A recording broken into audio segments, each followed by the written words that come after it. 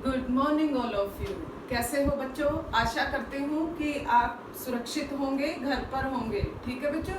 और बेटा आपको मैं आज अनुच्छेद लेखन के बारे में जानकारी देने जा रही हूँ। अनुच्छेद लेखन, देखो बेटा, आपको एक बार लिखने का तरीका पता होना चाहिए कि किस प्रकार से हमें लिखना है।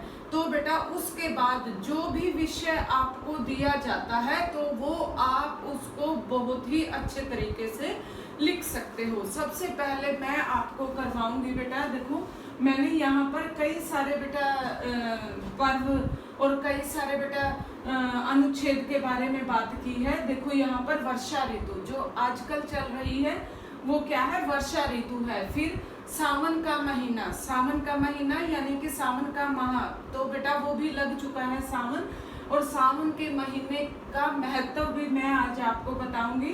फिर बेटा शिवरात्रि, महाशिवरात्रि का त्योहार, फिर बेटा रक्षाबंधन, और हमारा राष्ट्रीय पर्व भी आ रहा है 15 अगस्त को। ठीक है बच्चे, आज मैं आपको अनुच्छेद लेखन सिखाऊंगी, किस प्रकार अनुच्छेद आप लिखोगे।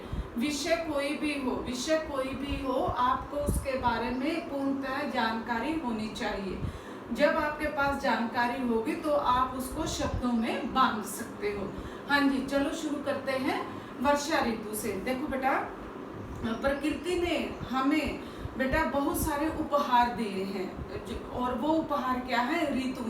ऋतुएं। उनमें से बहुत सुंदर उपहार है बेटा हमारे पास है 6 ऋतुएं जो क्रमशः यानी कि बारी बारी से आती हैं और अपना सौंदर्य लुटाकर जाती है। सबसे पहले वर्षा ऋतु, ग्रीष्म ऋतु, शरद, शिशिर, हेमंत और वसंत। ये बेटा 6 प्रकार की ऋतुएं हैं, और इन ऋतुओं के अंदर ही बेटा 3 या 4 महीने आ जाते हैं। देसी महीने जो होते हैं वो आ जाते हैं, और उसी पर ही हमारा जो काल चक्र है वो चलता रहता है। इनमें से जो वसंत ऋतु है उसको ऋतुराज कहा जाता है, और वर्षा को ऋतुओं की रानी कहा जाता है, जिस पर पृथ्वी के पेड़ पौधे प्राणियों का जीवन आधारित होता है। वर्षा ऋतु के ऊपर ही हम सबका जीवन आधारित है। देखो हर एक चीज की अपनी महत्ता है। अगर मान लो मैं कहूँ सूरज के प्रकाश से हम सब फलीभूत होते हैं, उसी प्रकार वर्षा ऋतु का अपना महत्व है। हर एक वस्तु का, हर एक चीज का, हर एक ग्रह नक्षत्र का, हर पेड़ पौधे का अपना अलग महत्व होता है, और जो हमारे फायदे के लिए होता है। अगर हम प्रकृति के साथ मिलकर चलते हैं, उसके न्याय को मानते हैं, तो बेटा ये जीवन जीने का एक सरल और साधारण तरीका हो जाता है। लेकिन जो आज का युग है वो अलग अलग गतिविधियों में बटा हुआ है, और हम वैज्ञानिक युग में जी रहे हैं। अब देखिए बेटा, ग्रीष्म यानी कि गर्मी की तपन से जब धरती तवे के समान जलती है और सारी धरती मरुस्थल से धूमिल दिखने लगती है, तो छोटे छोटे पेड़ पौधे सूख जाते हैं और वो अपना अस्तित्व खो देते हैं। मनुष्य तथा अन्य जीव गर्मी और प्यास से बेहाल होकर बेचैन हो उठते हैं, और उनकी दृष्टि अनायास आसमान की तरफ लगने लगती है। ऊपर की ओर एकटक लगाकर वो देखते रहते हैं कि कब इंद्रदेव हम पर कृपा करेंगे और इस पृथ्वी को हरा भरा पुनः कर देंगे। वर्षा ऋतु को जल्दी से भेज दें, इस प्रकार के आह्वान हर प्राणी करता है। किसान तो करता ही करता है, हर एक जीव जंतु कोशिश करता है और कहता है कि भाई धरती माता तप रही है और अब तो जल्दी से बरसात आ जाए। प्राणियों की दयनीय दशा देख धरती प्यास से प्यासी तथा तपन बुझाने प्राणियों को नव जीवन प्रदान करने के लिए वर्षा का आगमन होता है। हमारे देश में वर्षा का आगमन आषाढ़ महीने में शुरू होता है। सामान्यतः चौमासे में यहाँ बरसात आती है। चौमासा चो यानी कि चार माहों का समूह यानी कि चौमासा। इसके अंदर 4 महीने कौन कौन से आते हैं? अब देखिए, आषाढ़, सावन, भादो और कवार। बेटा ये 4 देसी महीने आते हैं बेटा चौमासे के अंदर, और इसमें खूब बरसात होती है। हाँ जी। अब बेटा जो आजकल का जो महीना चल रहा है वो सावन का महीना चल रहा है। आषाढ़ मास में आसमान में काले बादल घिरने लगते हैं, गर्मी से कुछ राहत मिलती है तथा वर्षा आगमन की खुशी में हर प्राणी और हर उम्र के मनुष्य वर्षा का स्वागत करने के लिए बाहर निकल आते हैं।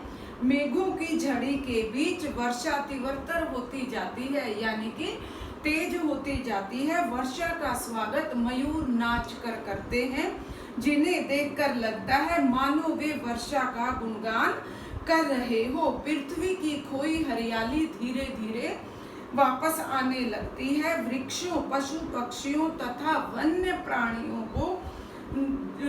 प्राणियों को नव जीवन मिलता है। इसी प्रकार इसी समय में, रात के समय में जुगनू बेटा घूमते हैं और बेटा वो अपनी चमक से सबको आकर्षित करते हैं।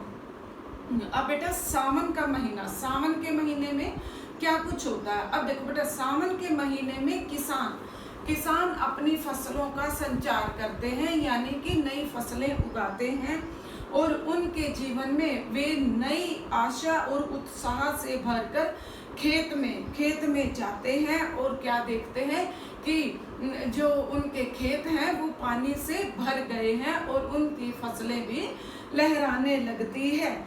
और बेटा आखिर देश का अन्नदाता अपने कर्तव्य से पीछे कैसे मुड़ सकता है? यहाँ पर देखो बेटा, कृषि के बारे में बात हुई है तो किसान के बारे में भी बात हमने कर दी है। इसी ऋतु के आरंभ में बेटा आम पकने शुरू हो जाते हैं, जिसका स्मरण आते ही सबके मुंह में पानी आने लगता है। हाँ जी, इस ऋतु में मक्का, ज्वार, बाजरा तैयार हो जाते हैं। जीरी लग जाती है यानी कि धान की फसल भी लहराने लगती है, जो प्राणियों के आहार बनते हैं। इसी ऋतु में अनेक प्रकार के त्योहार भी मनाए जाते हैं। उन त्योहारों में नाग पंचमी, वर्षा ऋतु, तीज, ये बेटा मैंने यहाँ पर सारे के सारे त्योहारों का वर्णन किया है। अब देखो बेटा, अब सबसे बड़ी बात कि भाई ये जो सावन का महीना है इसकी महत्ता मैं आपको बताती हूँ। इसकी महत्ता कैसे? सावन के महीने के अंदर एक तीज नाम का त्योहार आता है। इस त्योहार में, यह त्योहार हमारे हरियाणा और पंजाब में बड़े ही धूमधाम से मनाया जाता है। जो तीज का त्योहार होता है इसमें लड़कियां और बेटा सभी की सभी महिलाएं वो सुंदर तैयार होकर झूला झूलती हैं, और वो बेटा सावन के गीत गाती हैं। और सावन के जब गीत गाते हैं उनकी लड़ियां टूटती ही नहीं है। वो दृश्य इतना मनोरम होता है, बहुत अधिक सुंदर लगता है। बच्चे पतंग उड़ाते हैं तथा झूला झूलते हैं। मंदिरों में खूब रौनक होती है और धूम मचती है। इस समय बेटा हरियाणा पंजाब में फिरनी और घेवर की प्रथा का भी प्रचलन है। इसमें लड़कियों को बधाई दी जाती है तथा उनकी पसंदीदा वस्तुएं दिलवाई जाती हैं। हाँ जी, तो बेटा ये था बेटा आपका सावन का महीना। सावन के महीने के अंदर महाशिवरात्रि भी आती है, रक्षाबंधन भी आता है, और बेटा 15 अगस्त का राष्ट्रीय त्योहार भी आता है। इन त्योहारों को लिखने से पहले हम थोड़ा सा ये जाने कि हमारे भारतीय त्योहारों का क्या महत्व है हमारे जीवन में। ठीक है बच्चे, अब देखिए बेटा, त्योहार किसी राष्ट्र की सांस्कृतिक चेतना के प्रमुख अंग, स्वरूप एवं प्रतीक हुआ करते हैं। उनसे यह जाना जाता है कि कोई राष्ट्र वहां रहने वाली जातियों, उनकी सभ्यता और संस्कृति कितनी अपनत्वपूर्ण, कितनी ऊर्जासित तथा जीवंत और प्राणवान है। त्योहारों के माध्यम से कोई जाति अथवा राष्ट्र अपने सामूहिक भाव को भी उजागर किया करते हैं। एक ही दिन, एक ही समय, लगभग एक समान से मनाए जाने वाले त्योहार का प्रभाव भी सम्मिलित रूप से सभी जातियों में दिखाई देता है। इसी कारण त्योहारों को सामूहिक स्तर पर की गई आनंदोत्सव की अभिव्यक्ति ही माना जाता है। त्योहारों का महत्व अन्य कई युक्तियों से भी साझा किया जाता है या देखा जा सकता है। ऐसे अवसर पर ये घर परिवार के छोटे बड़े सभी सदस्यों को समीप आने, उनसे मिलने बैठने तथा एक दूसरे के आनंद और सुख को साझा बनाने के सुयोग्य भी प्रदान करते हैं। इतना ही नहीं, त्योहार जाति, धर्म या वर्गगत अलगाव की भावना को समाप्त कर देने की क्षमता रखते हैं।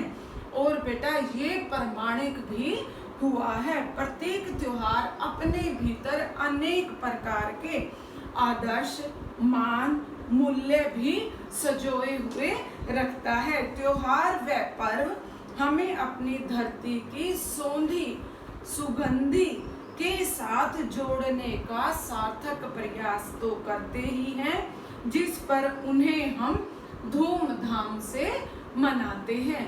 बेटा अगर मान लो आपको बेटा किसी भी पर्व के लिए, मान लो आपको शिवरात्रि है, रक्षाबंधन है, उसके लिए आपको अनुच्छेद लिखना है। देखो बेटा आप सबको पता है रक्षाबंधन के बारे में, शुरू दिन से एक ही बेटा हम कथा पढ़ते आ रहे हैं कि रानी ने अपने बचाव के लिए, एक हिंदू रानी ने अपने बचाव के लिए हुमायूं को राखी भेजी थी और वो उसकी रक्षा के लिए आए थे। ये सही है, ये सच है। लेकिन बेटा इसके साथ जो मैंने आपको ये बेटे त्योहारों के महत्व के बारे में बताया है, अगर आप ये भी अगर आप लिख देते हैं तो बेटा उससे क्या होगा कि आपका जो अनुच्छेद होगा वो सबसे अलग आएगा, वो सबसे अलग गिनती में होगा। क्यों? क्योंकि आपने त्योहारों की विशेष महत्ता का वर्णन किया है। देखो रक्षाबंधन का तो वर्णन करोगे, अगर मान लो रक्षाबंधन के ऊपर आ जाता है तो बेटा अगर आप उसको परिभाषित अच्छे ढंग से करोगे तो बेटा आपके अनुच्छेद में वेटेज बहुत ही अधिक हो जाएगा। और बेटा ये जो अलग चीजें होती हैं, ये अलग बेटा डीपीएस के स्टूडेंट हो आप, और मैं ये चाहती हूँ कि आप अपने आप को अलग तरीके से प्रस्तुत करो। अनुच्छेद तो सभी लिखते हैं, लेकिन जो उसकी प्रस्तावना है वो आप पूरी प्रभावशाली तरीके से होनी चाहिए। अब बेटा शिवरात्रि का त्योहार, शिवरात्रि के त्योहार में भी सभी को पता है कि भाई ये सावन के महीने में आता है। सावन के महीने में भगवान शिव की बहुत अधिक पूजा का महत्व बताया गया है। और जो कावड़िए होते हैं वो हरिद्वार जाते हैं, पैदल यात्रा पर जाते हैं और वो अपने साथ कावड़ लेकर आते हैं। और जो उन कावड़ में बेटा गंगा जल होता है, वो जहाँ जिस क्षेत्र के बेटा क्षेत्र से वो गए हुए होते हैं, वो जहाँ पर रह रहे होते हैं, वहाँ के शिवालय में वो गंगा जल अर्पित करते हैं। ये यहाँ की रीति है। बहुत लोग अपनी मर्जी से, अपनी इच्छा अनुसार, अपनी शारीरिक क्षमता के अनुसार कावड़ लेने के लिए जाते हैं और भगवान शिव की आराधना की जाती है। जगह जगह पर शिवालयों में भगवान शिव के नाम के जयकारे गूंजे जाते हैं। तो बेटा ये तो बेटा आपकी महाशिवरात्रि के बारे में मैंने आपको बताया। रक्षाबंधन की भी हमने यहाँ पर चर्चा कर ली है कि रक्षाबंधन बहन और भाई का एक स्नेह का त्योहार है, रेशम डोरी का त्योहार है। इसमें बेटा लेना देना नहीं, अपितु ये प्रेम रूपी धागा है जो बहन अपने भाई को समर्पित करती है और मन ही मन उनको आशीर्वाद देती है कि वो हमेशा समृद्धशाली रहे, सक्षम रहे, और भाई भी उनको आशीर्वाद के रूप में कहते हैं कि मैं सदैव तुम्हारी रक्षा के लिए तत्पर रहूंगा। इस प्रकार के शब्दों से अगर आप अपने रक्षाबंधन को लिखोगे तो और भी अधिक फलीभूत होगा। फिर बेटा उसके बाद आ जाइए आपका राष्ट्रीय पर्व। ये भी सावन के महीने में ही रहते हैं ये सारे के सारे त्योहार। और बेटा राष्ट्रीय पर्व में 15 अगस्त को कोई भी नहीं भूल सकता, ये एक राष्ट्रीय पर्व है। हमें 15 अगस्त 1947 को आज़ादी प्राप्त मिली थी।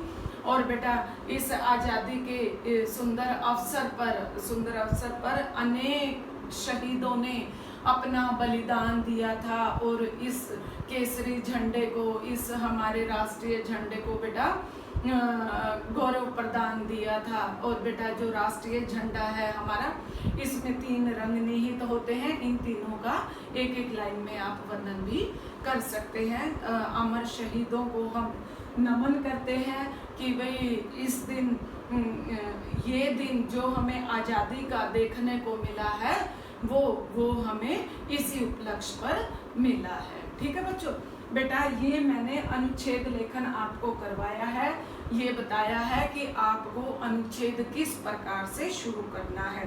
पहला उसको परिभाषित करना है, दूसरा उसका महत्व बताना है, तीसरा उसके बारे में लाइनें लिखनी है, चौथा अंत में जब आप समापन करते हो तो उसकी खूबियों के साथ उसका आप समापन करोगे कि हमारे क्षेत्र में त्योहार कितने फलदायी हैं और हम सबको, हर एक वर्ग को ये जोड़ कर रखते हैं और इसी जोड़ में एकता छिपी है, एकता यानी कि पूरे भारत की एकता। ठीक है बच्चों, आज मैंने आपको अनुच्छेद लेखन करवाया है। 15 अगस्त तक का ये अनुच्छेद लेखन हो गया हमारा। ठीक है बच्चों, हाँ जी। और बेटा अपनी फेयर नोटबुक पर आप ये अनुच्छेद लिख लेना।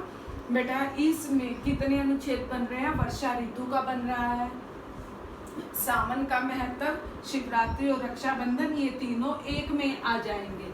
ठीक है, फिर उसके बाद बेटा 15 अगस्त का आ जाएगा। और बेटा आपको बेटा हर एक चीज के बारे में नॉलेज है, अपनी नॉलेज को बेटा शब्दों में लिखते रहिए कि ये शब्द ही आगे चलकर आपके काम आएंगे। ठीक है बच्चे, हाँ जी। धन्यवाद, खुश रहो, हंसते रहो, मुस्कुराते रहो। God bless.